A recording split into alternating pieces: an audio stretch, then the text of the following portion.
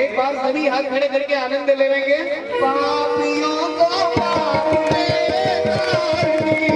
भागवत भगवान की आरती, पापियों को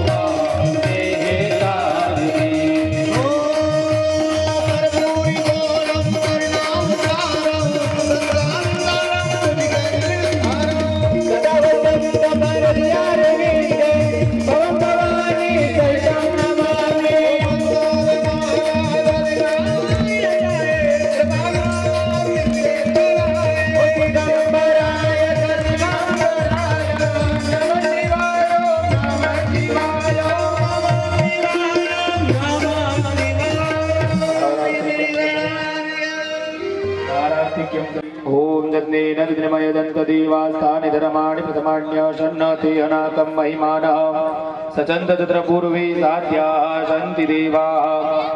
ॐ विश्वत चतुरुत विश्वतो मुको विश्वतो पावृत विश्वत स्पात सम्बाहुव्यान्दमति सम्पत्त्रेर्द्या वा भूमि जनयन्ति वैकः।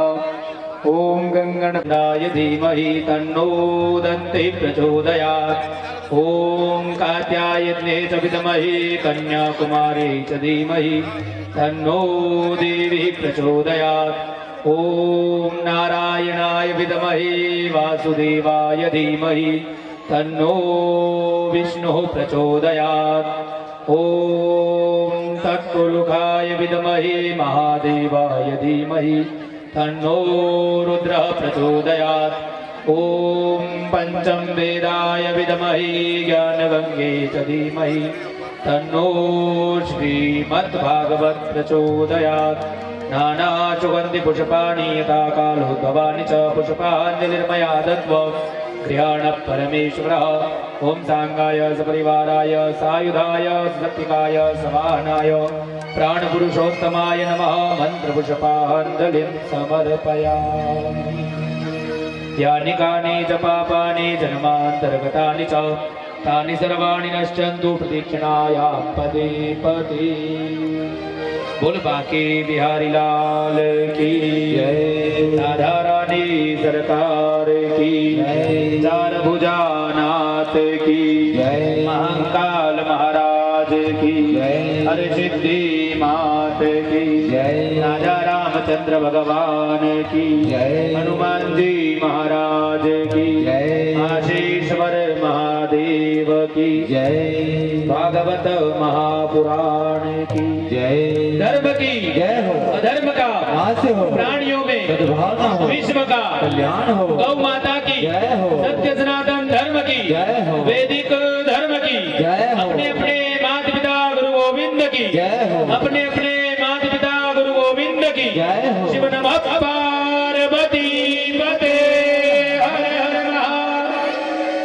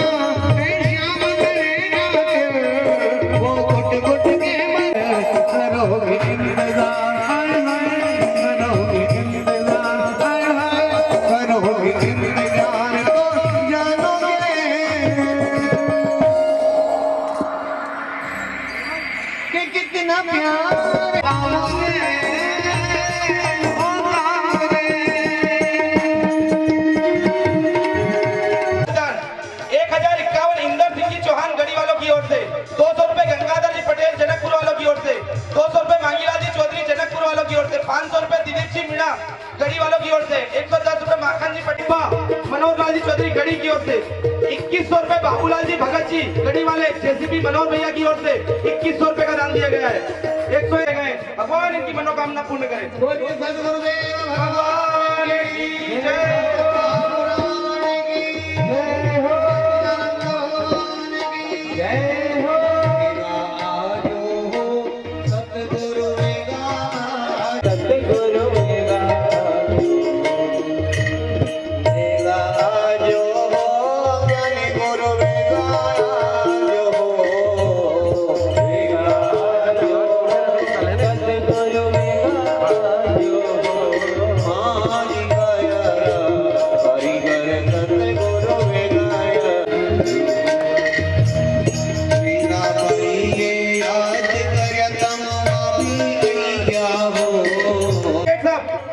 मंच पर श्री गेंदालाल जी भगत मुंडी वाले, ओंकार लाल जी पटेल बारोली वाले, राम प्रसाद जी यादव खराड़िया वाले उपस्थित हैं, व्यास पूजन के लिए पधारे। ठाकुर इंदर सिंह जी चौहान यहाँ उपस्थित है, वो भी व्यास पूजन के लिए पधारे। लीलाधर जी पटेल यहाँ उपस्थित है, वो व्यास पूजन के लिए पधारे। धर्मेंद्र जी मीणा वो भी आए। भागीरथ जी मीणा अकबरपुर से हमारे बीच पधारे, वो भी आए। राधेश्याम जी पटेल बंगरेड वाले वो भी आए और व्यास पूजन करें। राम भगत जी सायरी, संतोष जी चौहान हमारे बीच उपस्थित है, वो भी आए। सत्यनारायण जी पटेल वो भी व्यास पूजन के लिए आए। गोपाल काका माता वाले वो भी यहाँ उपस्थित हैं, वो भी व्यास पूजन के लिए आए। कैलाश जी सायरी, केसर सिंह जी फूफा जी हमारे बीच, विनोद सिंह जी सिसोदिया महू से पधारे हैं, वो भी आए और व्यास पूजन करें। मनोहर लाल जी चौधरी वो भी उपस्थित हैं, वो भी आए और व्यास पूजन करें। माननीय मदन लाल जी पटेल हमारे बीच उपस्थित हैं, वो भी आए व्यास पूजन करें। श्री बच्चन जी सेठ हमारे उपस्थित हैं, व्यास पूजन के लिए वो भी पधारे। श्री राजेंद्र जी पटेल खंडेल से पधारे, मैं उनसे भी निवेदन करूंगा कि वो भी व्यास पूजन के लिए पधारे। आइए आपका स्वागत है, वंदन जल्दी फटती से। मारी कायारा हरिगर सत गुरु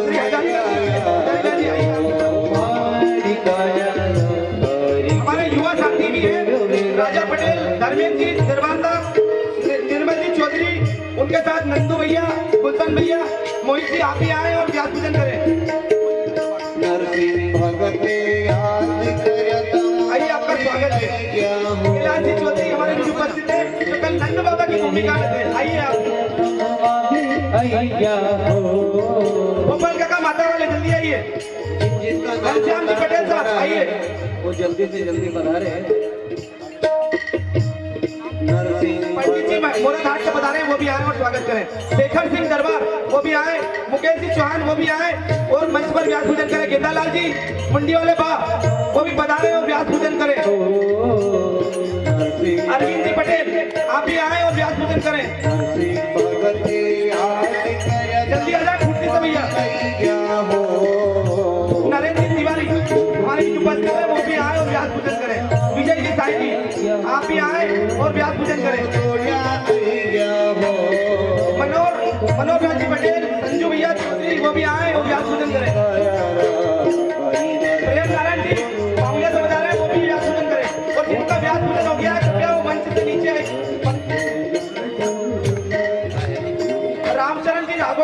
रामचंद्र जी पटेल साहब राघोगढ़ से बता रहे हैं, वो भी आए और व्यास पूजन करें।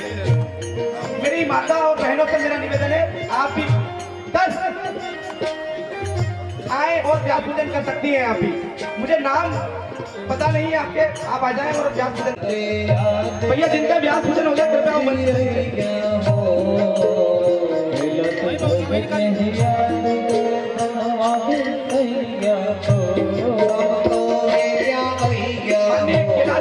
राम वाले वो भी उपस्थित हैं, वो भी आए और व्यास पूजन करें। मेरे आशीर्वाद कर सकता है, मैं जिनके नाम अगर चूक रहा हूँ, भाई दिनेश जी मीणा और राजेश जी मीणा जहाँ कहीं उपस्थित हो, वो भी व्यास पूजन के लिए उपस्थित हो।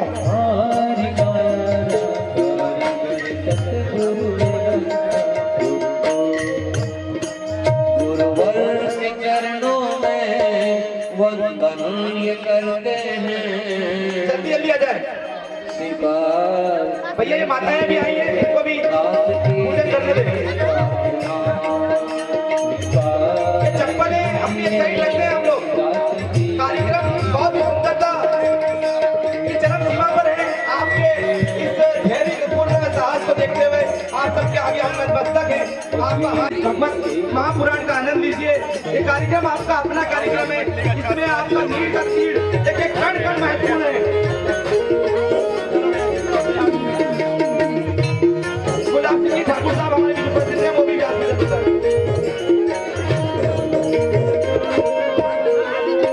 अंतर सिंह दरबार साहब उपस्थित हैं, वो भी आए और व्यास पूजन करें। अंतर सिंह दरबार साहब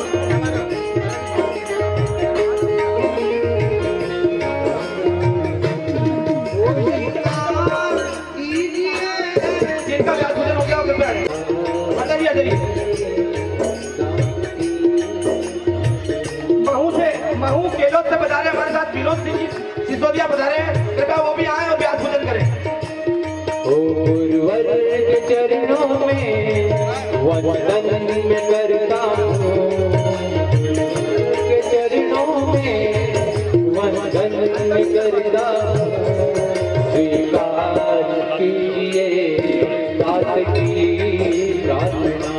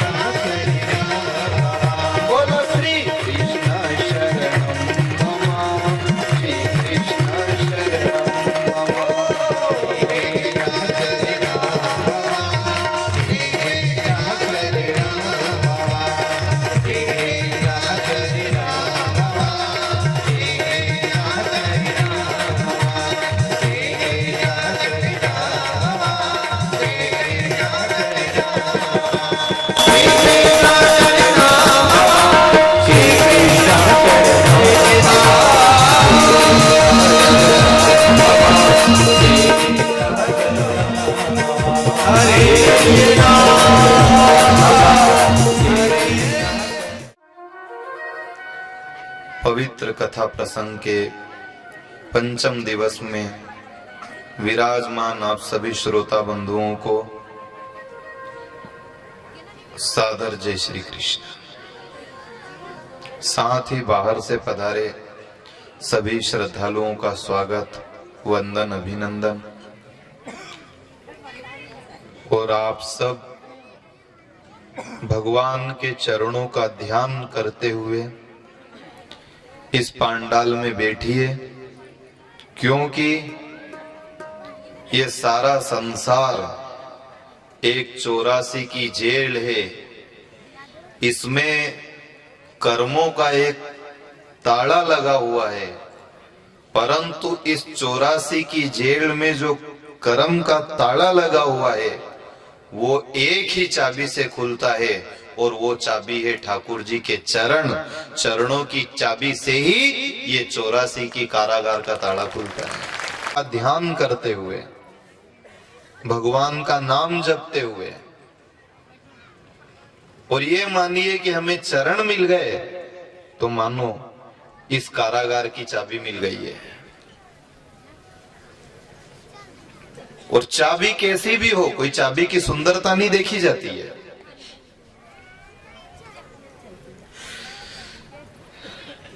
चेहरे की सुंदरता देखी जाती है, पर कोई महात्मा को प्रणाम करो, क्या चरण की सुंदरता देखी आपने? और चरण यदि ज्यादा सुंदर हो तो क्या वो तपस्वी है? तपस्वी के चरण कहां सुंदर होते हैं? वो तो नंगे पांव चल रहा है, एड़ियां फट गई है, कोई शरीर पे तो उसका ध्यान होता ही नहीं, फिर भी उन चरणों को प्रणाम करते हैं। कोई पूछे कि इन चरणों में ऐसी क्या सुंदरता है, क्या आप दौड़ करके जाओ, चरणों में झुको? ये चरण नहीं है, ये गुरु और गोविंद के चरण नहीं है, ये संसार रूपी कारागार की चाबी है। इसलिए हम इनको हृदय में संभाल करके रखते हैं। तिजोरी की चाबी कमर में, पर भव सागर से पार होने के लिए और इस 84 की जेल से छूटने के लिए चरणों की चाबी बना करके हृदय में रखना, चरणों का ध्यान करना। रामायण खोलना, भगवान के चरणों का चित्र दिया गया है। आप कभी कहीं जाते भी हो तो आप ये देखना, चाबी वहीं दरवाजा के आसपास ही टांगने का ठिया बनाते हो। जा कोई दूसरा घरे जाचो मत जाजो, अपना घर की बात हुई रही, जो चोर की गिनती में बाजो। जहां दरवाजा है वहीं आसपास में एक ठिया बनाए और वहां चाबी रख दे, ताकि कोई को केरनी हो, वहां चाबी वहीं टंगी दरवाजा का पास में। आपने कभी गौर किया, दीपावली पे घर सजाते हैं तो चरण चिन्ह भी दरवाजे के आसपास ही बनाते हैं। वो इसीलिए बनाते हैं कि ये भी चाबी ही है, पर फर्क ये है कि ये इस संसार रूपी जेल की है, इसलिए इसको भी इतना ही संभाल करके रखा गया। और अपन तो आरती में भी गाते हैं कि चरण साधारण नहीं है, ये चरण, इन चरणों की क्या बात करो, इन चरणों से तो चरणों से निकली गंगा प्यारी, चरणों से निकली गंगा प्यारी, चरणों से निकली गंगा प्यारी, चरणों से निकली गंगा प्यारी, बोलो, चरणों से निकली गंगा प्यारी, चरणों से निकली गंगा प्यारी, जिसने सारी दुनिया तारी, जिसने सारी दुनिया तारी, जिसने सारी दुनिया तारी, जिसने सारी दुनिया तारी, तो मैं चरणों में बलि बलि जाऊं,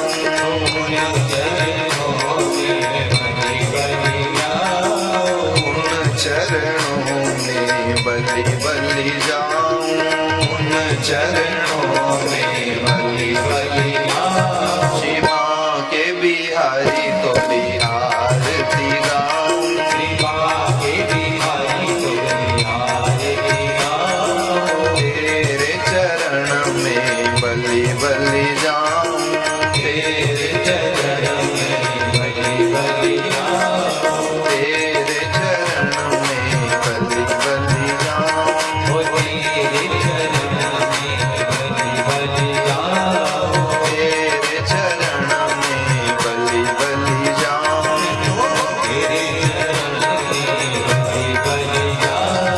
माँ के बिहारी तेरी आरती गाऊं, माँ के बिहारी तेरी आरती गाऊं, बिहारी तेरी आरती गाऊं। चरणों की महिमा है संसार में। अच्छा व्यक्ति का खाली चरण घर में पड़े, इससे घर पवित्र हो जाता है। और आप ये प्रयास भी तो करते हो अपने जीवन में, और मान भी क्या करते हो, हे भगवान हमारे यहाँ कोई साधु संत का चरण पड़ जाए, कोई भक्त का चरण पड़ जाए। और वास्तव में अच्छा व्यक्ति का चरण घर में पड़े तो उससे घर की बरकत बढ़ती है, उससे घर में भक्ति बढ़ती है, हमारे पाप नष्ट होते हैं, हमें भगवान की दया मिलती है, कोई मुसीबत से बच जाते हैं, काल आता हो तो टाल देते हैं एक बार वो। उनके चरणों की ये महिमा है। बंदौ गुरुपद पदुम परागा, सुरचि सुवास सरस अनुरागा। क्या महिमा है चरण की, तो छोड़ो, चरण के नीचे जो रज आ गई है वो रज भी औषधि का काम कर रही है। और सब ये प्रार्थना करते हैं कभी आपके चरण हमारे यहाँ पड़े। कोई संत का चरण पड़ जाए तो वारा न्यारा, दरवाजा खोल करके लोग इंतजार करते हैं, दीपक जलाते हैं देवली में, रंगोली बनाते हैं, बिछायत करते हैं, प्रसाद लाते हैं, पूरा परिवार पूरा गांव इकट्ठा हो जाता है।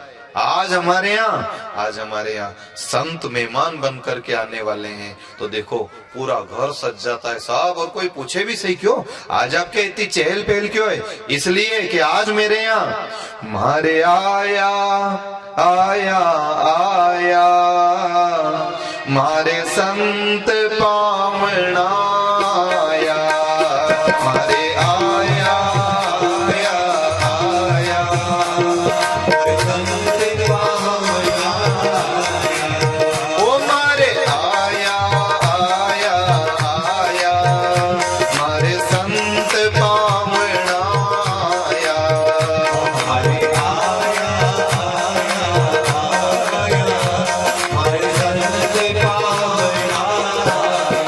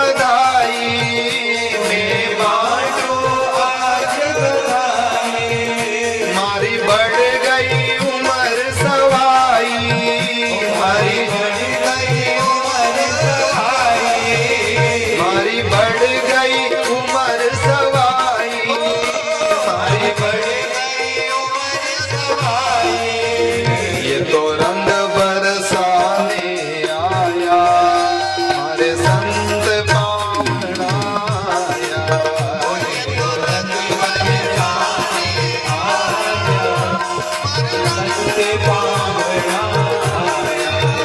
ये तो रंग बरसाने आया हमारे संत पावना आया। सभी बोलो प्रेम से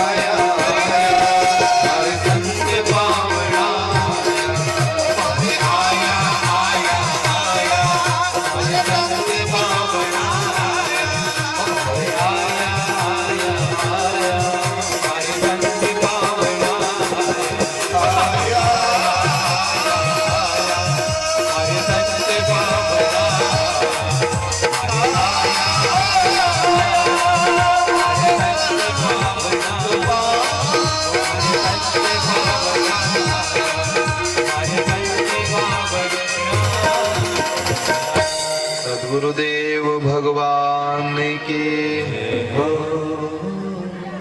कहीं ऐसा भाग्य जागृत होता है और जिस घर संतों का आगमन, संतों का चरण पड़ जावे, आप देखो उन चरणों का प्रताप। मां दूसरे दिन से ही सत्संगी परिवार हो तो वातावरण बदल जाता है। उनके आने से पूजा पाठ शुरू हो जाए, अगरबत्ती लगाना शुरू कर दे, भगवान को भोग लगाना शुरू कर दे। जिनके घर संतों के चरण पड़े, जिस दिन वो आए उसके दूसरे दिन से उन लोगों के मन मानस बदल गए।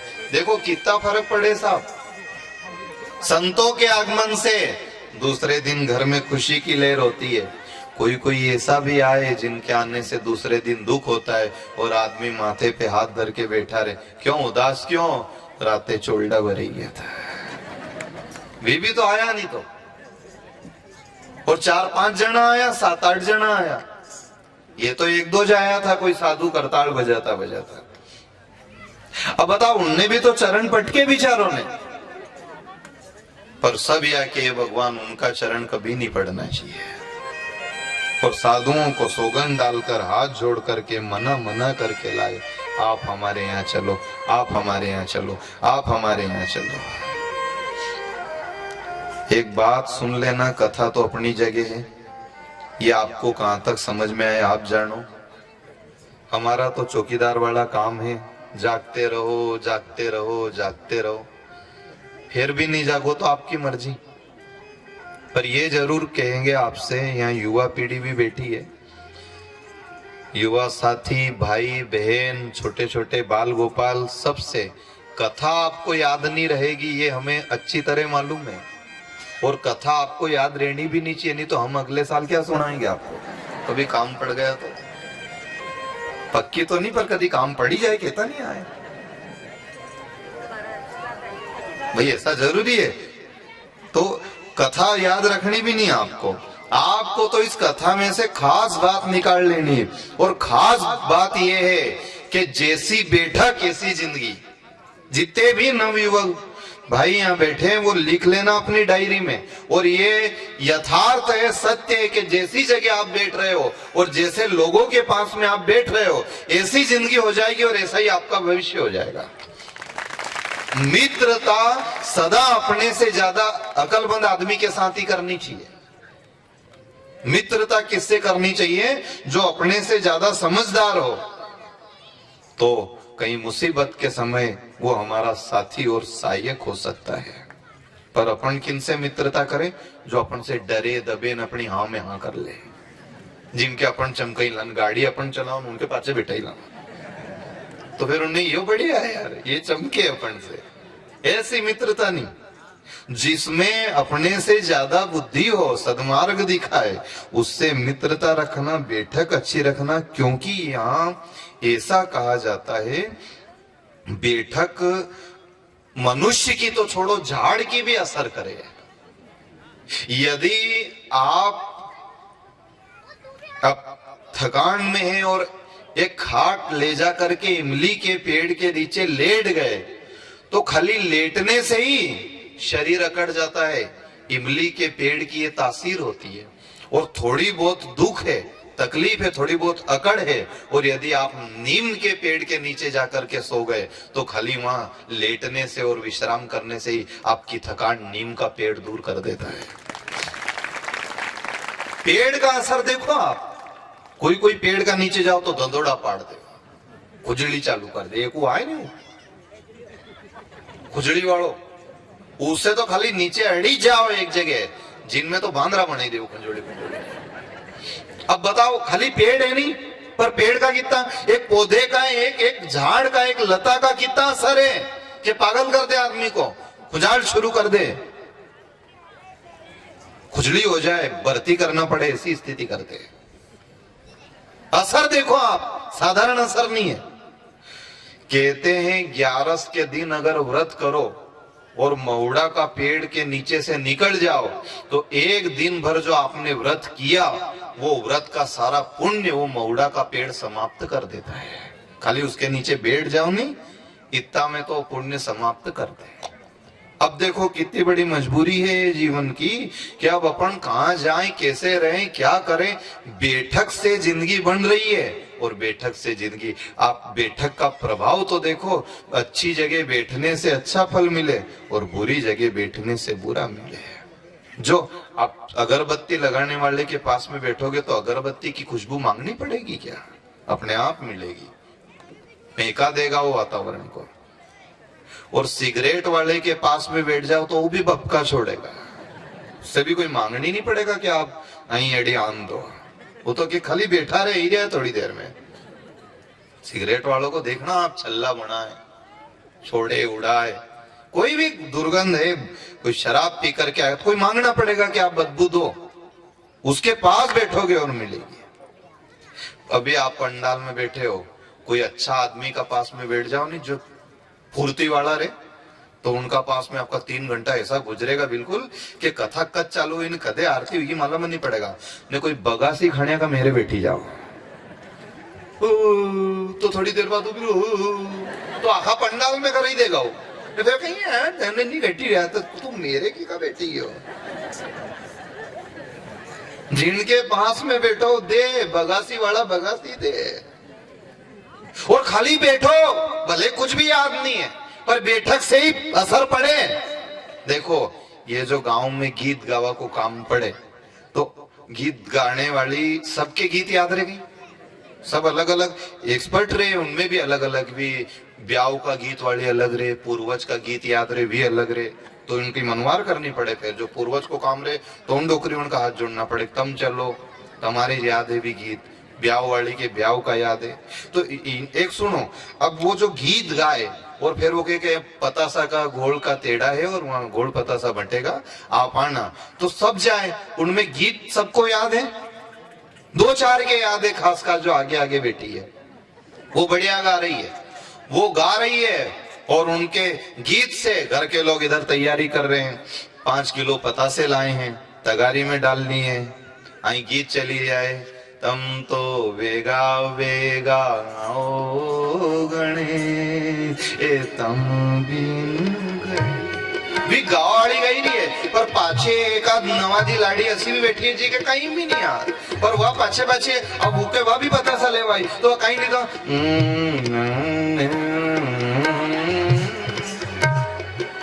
खाली रेड़ को मिली रही है वह। पर अब यह जवाब दो कि जब पतासा बंटने का नंबर आएगा तो घर का या कहेगा कहीं के तुम्हारे नहीं आते, तुम्हारे नहीं था, पतासा तो उनके भी मिलेगा जिनके गीत नहीं याद है। ये राम का दरबार है, भले यहाँ कोई कैसे भी आकर के बैठ गया, कोई ये कह दे कि हम तो खाली प्रसाद ही लेने आएंगे तो भी राम जी कह देगा कोई बात नहीं, भले मत समझो कथा में, पतासा तो दूं। इसलिए बैठक का तो बहुत ध्यान रखना, कभी मजबूरी है मान लो कभी बैठना भी पड़े, चलो हमने कथा तो बांच दी बांटने में कि वो केमच का डोडा का पास में बैठो तो खुजली कर दे, मऊड़ा का नीचे निकलो तो 11 खत्म कर दे, अब बांचने में तो बांट दी, ऐसी बापड़ी जो नेठू मऊड़ा छाप उनका साथे जिंदगी गुजारी, अब उनका क्या होगा, बांचने में बांच दी, पर यह भी तो है कि इनका क्या होगा, ये 11 करे और वो पी करके घर आ जाए, उनका क्या होगा। हम आपसे फिर कह रहे हैं, ऐसी कोई स्थिति में भगवान भी आपकी मजबूरी को जानता है कि ये है बड़ी धर्मात्मा भक्तन है, पर क्या करे, प्रारब्ध में कोई गलत लिखा गया है इसलिए उसको भोग रही है। आपका कोई व्रत और कोई तपस्या ठाकुर जी नहीं काटेंगे, पर आप अपना भजन और ठाकुर जी के चरण को कभी छोड़ना मत। आई वाला भी बजे दो ताड़ी, अब कहनी पड़े हमारे तो समझ बात करनी पड़ेगा, और 1-2 दिन है सुन लो आप, और फिर ये नहीं सुनो तो काम भी नहीं चलेगा, और नहीं सुना है तो भी काम नहीं होगा। एक सबसे बड़ी समस्या ये है कि इस दुनिया में लोग कड़वा सुनना नहीं चाहते, सुधरना नहीं चाहते, और सुधारवा वाला भी सोचे कि कहाँ लफड़ा में पड़ा, ये सुधर जाएंगे तो फिर अपना काम खत्म हो जाएगा। कोई पुलिस वाला या अगरबत्ती लगाए कि हे खेड़ापति सरकार हमारे एरिया में कोई लड़ाई नहीं होनी चाहिए, सब शांति से रहना चाहिए, वो तो यही लगाए कि कोई एक आध का माथा फूटे नहीं आना चाहिए, केस बनाऊं जाऊं और 2 ही पार्टी को अलग अलग बिठाऊंगा और 2 ही से जमा करूंगा।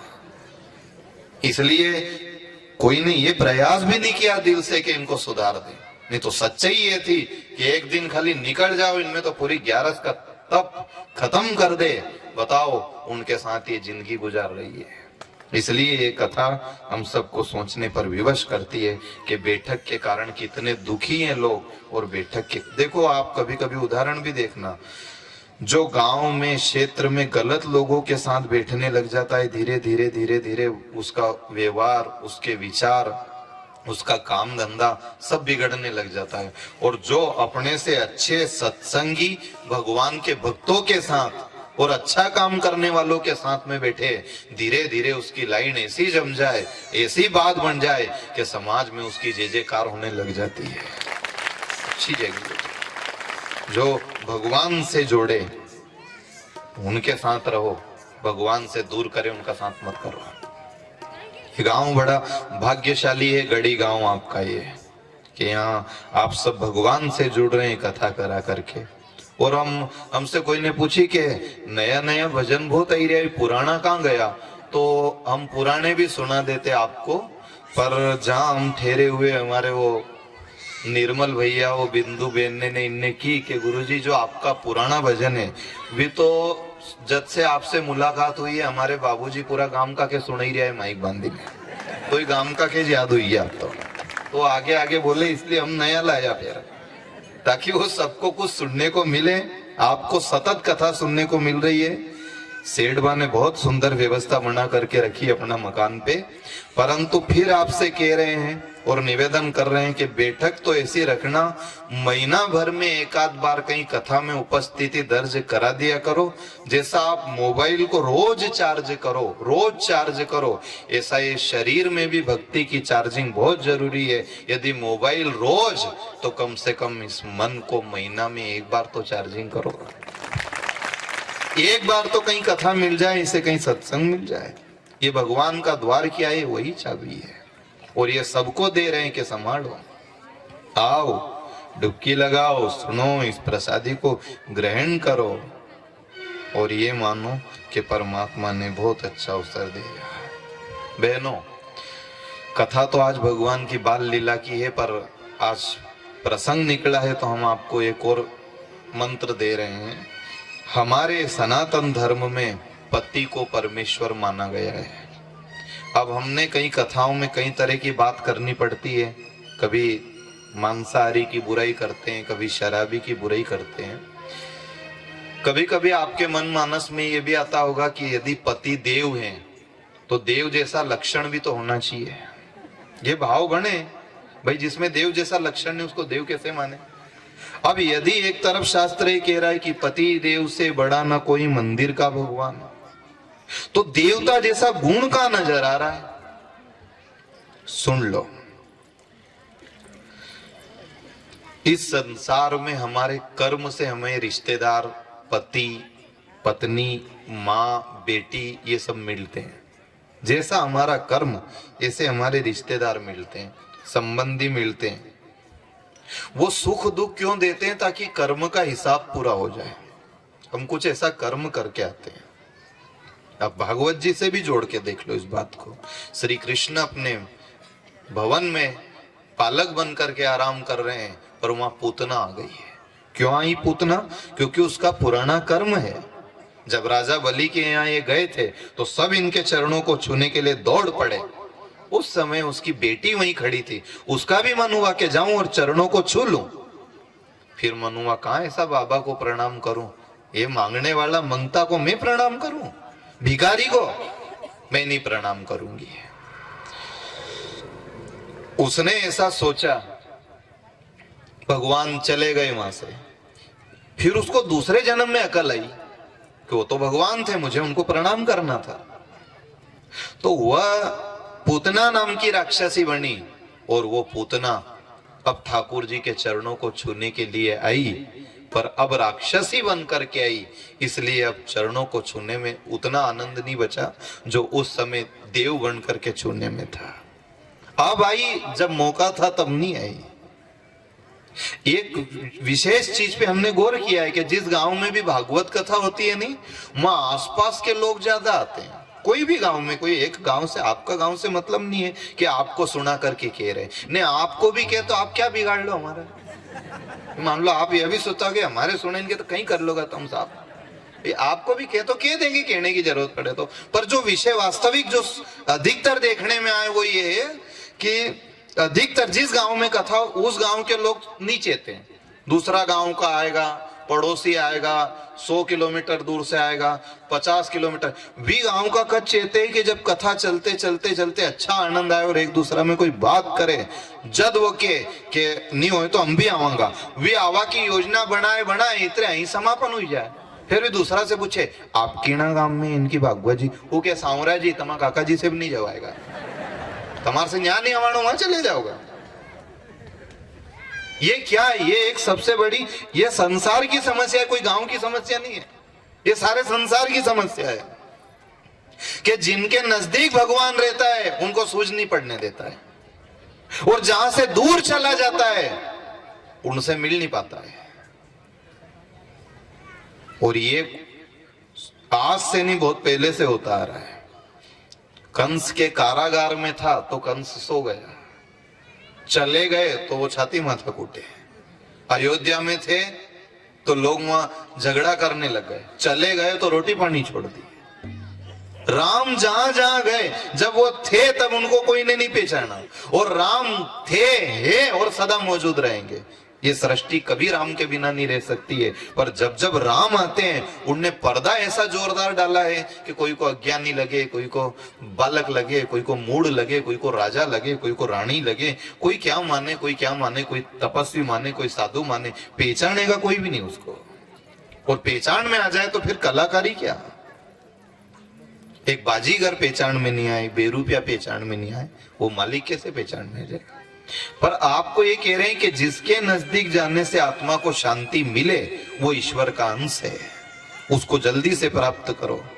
छू लो उन चरणों को। गंगा आए गांव में डुबकी लगा लो, वंचित मत रहो। और फिर भी रह जाओ तो फिर प्रयास करो, भगवान शायद कोई पुण्य कम होगा, अगली बार जोड़ देना। कोई मजबूरी आ गई, नहीं आ पाए, कोई बीमार हो गया, दुखी हो गया, तो अगली बार मेरा पुण्य प्रबल कर देना। तो दौड़ो, एक दौड़ तो रखो। पूतना आई, अच्छा सुंदर स्वरूप बनाया, गोद में लिया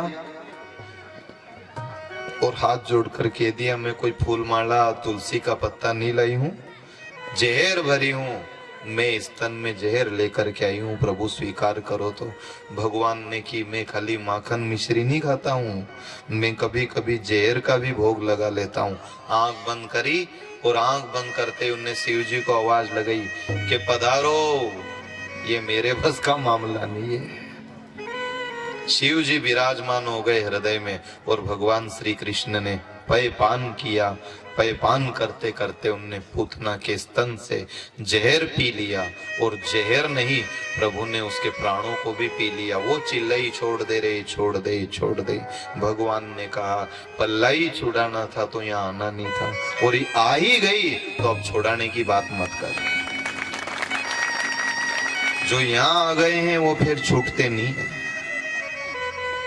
पूतना का स्वरूप राक्षसी प्रकट हुआ, आकाश मार्ग से जमीन पे गिरी। गांव के लोगों ने श्री कृष्ण को उठाकर नजर उतारी और उस पूतना का अंतिम संस्कार किया। पर हम तो भगवान से प्रार्थना करें कि एक पूतना ही जहर भरी थोड़ी थी, यहाँ लोग भी कम खतरनाक है क्या। खेत में दवा छांटो तो घास उगनी बंद होए, वो दवा जहरीली है इसलिए। पर कभी कभी अपना भी तो अंदाज लगाया करो, हम कितने जहरीले हैं। जिस रास्ते से जंगल